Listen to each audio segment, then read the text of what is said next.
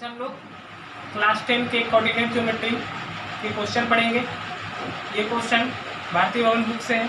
Question number 10, बिंदुओं 6,8 तथा 2,4 को मिलाने वाले रेखाखंड के मध्य बिंदु की दूरी 1, 2 से ज्ञात करना। यानी 6x एक बिंदु है और एक और पॉइंट है जिसका कोऑर्डिनेट 2, 4 होगा। इसको मिलाने वाले रेखाखंड के जो मध्य बिंदु होगा उसकी दूरी को हमको 1, 2 से ज्ञात करना है। तो सबसे पहले हम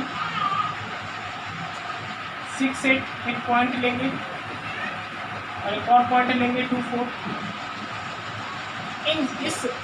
इसके बिंदु को हम ए कोऑर्डिनेट मान इसको मान लेते हैं, इसको बी पॉइंट मान लेते हैं। अब ए बी का मध्य बिंदु, तो हम ए बी के मध्य बिंदु को हम पी मान लेते हैं। इस पी बिंदु से हमको एक बिंदु है जिसका कोऑर्डिनेट मान लेते हैं, एक बिंदु Q है और इसका कोऑर्डिनेट 1, 2 है। तो इस P से Q के बीच की दूरी हम लोग को निकालना है। तो सबसे पहले हम निकालेंगे बिंदु P का निर्देशांक।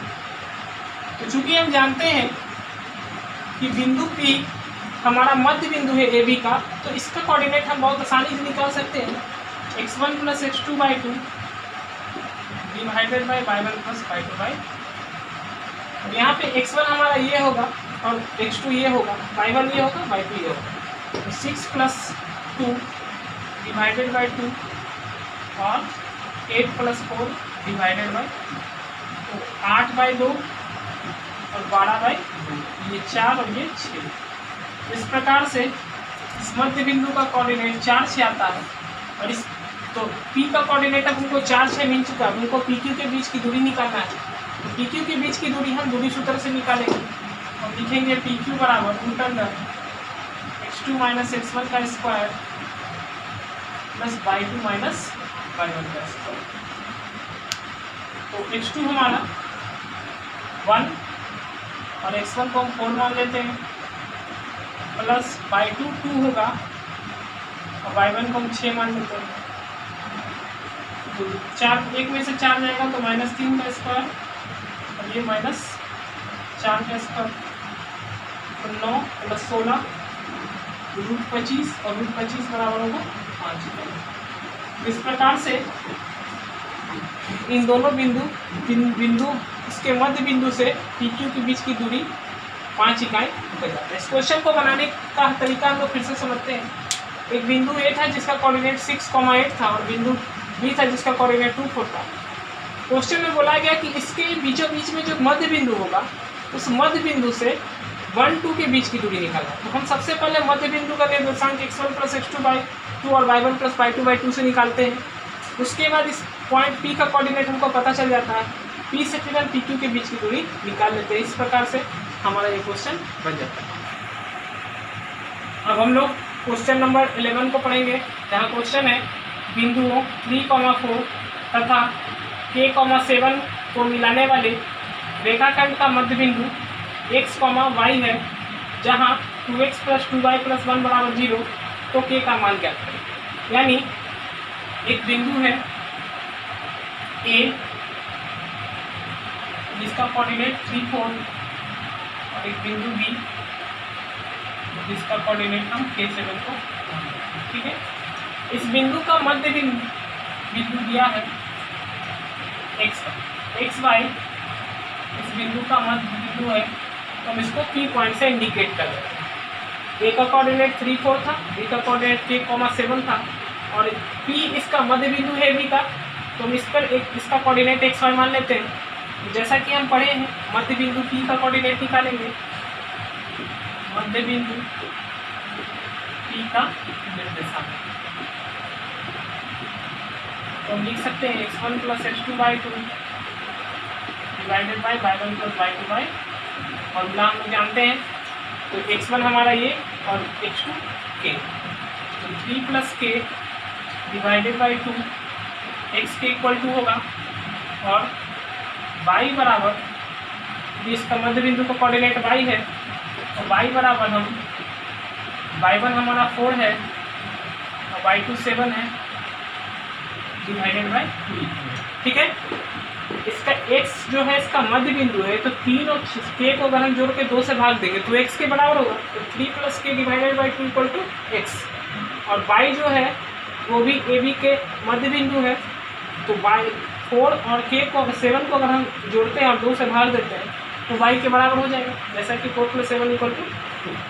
अब हम इसको क्रॉस मल्टीप्लाई करेंगे तो 2x बराबर हो जाएगा 3 + k, 2x बराबर हो गया 3 + k, और यहाँ 2y बराबर हो जाएगा 11। ठीक है, अब हम लोग को जो कंडीशन दिया हुआ था इस कंडीशन को हम अप्लाई करते हैं। 2x + 2y + 1 बराबर 0 दिया है। ठीक है, तो 2x का वैल्यू हमारा कितना है 3 + k, तो 3 + k लिखेंगे 2x का वैल्यू। 2y का वैल्यू कितना 11 है और 1, तो 3 11 14 1 15, तो k + 15 बराबर कितना हो जाएगा 0, तो हम k का वैल्यू कितना निकाल सकते हैं -15। इस प्रकार से ये क्वेश्चन हमारा सॉल्व होगा। एक बार फिर से समझते हैं इस क्वेश्चन को। a का कोऑर्डिनेट 3 4 था, b का कोऑर्डिनेट k, 7 था, और इसके मध्य बिंदु में एक बिंदु था जिसका नाम p था, और इसका कोऑर्डिनेट हम xy मानते हैं। तो जैसा कि हम जानते हैं कि जब x1 और x2 को जोड़ के 2 से भाग देंगे तो x इक्वल टू होगा, तो x1 + x2 divided by 2 equal to x। ये 2 को मल्टीप्लाई के 2x बराबर 3 + k, और y1 + y2 को अगर हम 2 से भाग देंगे तो y के बराबर होगा, तो 2y बराबर हो जाएगा 11। तो 2x का वैल्यू 3 + k और 2y का वैल्यू 11। तो यहाँ कंडीशन जो था उस कंडीशन पे हम अपने वैल्यू को पुट करते हैं। 2x का वैल्यू 3 + k, 2y का वैल्यू 11 + 1, तो 3 + 11 + 1 हो जाएगा 15, k + 15 इक्वल टू 0। तो इस 15 को हम प्लस वाले को उधर देते हैं तो -15 बन जाता है, और इस प्रकार से हमारा क्वेश्चन सॉल्व हो जाता है। अब हम लोग क्वेश्चन नंबर 13 को पढ़ेंगे। क्वेश्चन है, किसी त्रिभुज के एक शीर्ष के निर्देशांक 1,1 तथा उससे गुजरने वाले भुजाओं के मध्य बिंदु के निर्देशांक -2,3 तथा 5,2 है, तो त्रिभुज के शेष शीर्षों के निर्देशांक। इस क्वेश्चन के लिए सबसे पहले हम एक त्रिभुज बनाएंगे। ABC एक हमारा त्रिभुज है, A का कोऑर्डिनेट 1,1 और B के कोऑर्डिनेट को हम x2/2 मान लेते हैं क्योंकि ये हमको पता नहीं है, और C के कोऑर्डिनेट को हम x3/3 मान लेते हैं। अब A से जो AB भुजा जा रहा है इसका एक मध्य बिंदु है, तो इस मध्य बिंदु को हम P मान लेते हैं, और इस P का कोऑर्डिनेट दिया है -2 और 3, और AC के मध्य बिंदु को हम Q मान लेते हैं और इसका कोऑर्डिनेट है 5। तो हमको बोला गया है इस क्वेश्चन में कि x2/2 और x3/3 का वैल्यू निकाल देने के लिए। तो हम इसको क्वेश्चन को सॉल्व करेंगे। सबसे पहले लिखेंगे, चूंकि P AB का मध्य बिंदु है, P AB का हम देख सकते हैं ये P पॉइंट AB के बीच में है, तो यहाँ पर x1 + x2 इसको हम x1/1 मान लेते हैं। क्वेश्चन सॉल्व करना आसान होगा, तो हम लिख सकते हैं x1 + x2 divided by 2 equal to -2। क्यों? क्योंकि इसके x1 ये x1 है अगर हमारा और ये x2, तो इन दोनों के बीच में P मध्य बिंदु और जिसका कोऑर्डिनेट -2 है, तो इसको क्रॉस गुना करेंगे। x1 का वैल्यू हमारा 1 है, 1 + x2 क्रॉस गुना करके -4, इस +1 को हम उधर भेजेंगे तो -4 - 1, तो x2 हमारा आ जाता है -5। तो इस प्रकार से x2 हमारा आ गया। अब इसी प्रकार से हम निकालेंगे y का value y1 + y2 divided by 2। तो ये y1 और y2 को अगर हम जोड़ते हैं तो 3 के बराबर हो जाता है, 2 से डिवाइड करने पे y1 + y2 divided by 2 equal to 3। तो इसको मल्टीप्लाई करेंगे 3 दूनी 6, और इसके y1 का वैल्यू 1 है तो 6, ये प्लस वाला उधर जाएगा, 6 - 1, तो y2 का वैल्यू हमारा आ जाएगा 5। तो इस प्रकार से हम बिंदु B का कोऑर्डिनेट निकाल लेते हैं। तो ये बिंदु B का कोऑर्डिनेट आता है -5,5। अब हम इधर चलेंगे तो हम लिख सकते हैं कि चूंकि Q AC का मध्य बिंदु है, इसलिए यहाँ से हम x1 और x3 को ऐड करेंगे। x1 + x3 डिवाइडेड बाय 2 तो किसके बराबर होगा, 5 के बराबर होगा। कि 5 2 या 10, x1 का वैल्यू हमारा 1 था, 1 प्लस x3 इक्वल टू 10, तो x3 बराबर हो जाएगा 10 माइनस 1, तो x3 हो गया 9।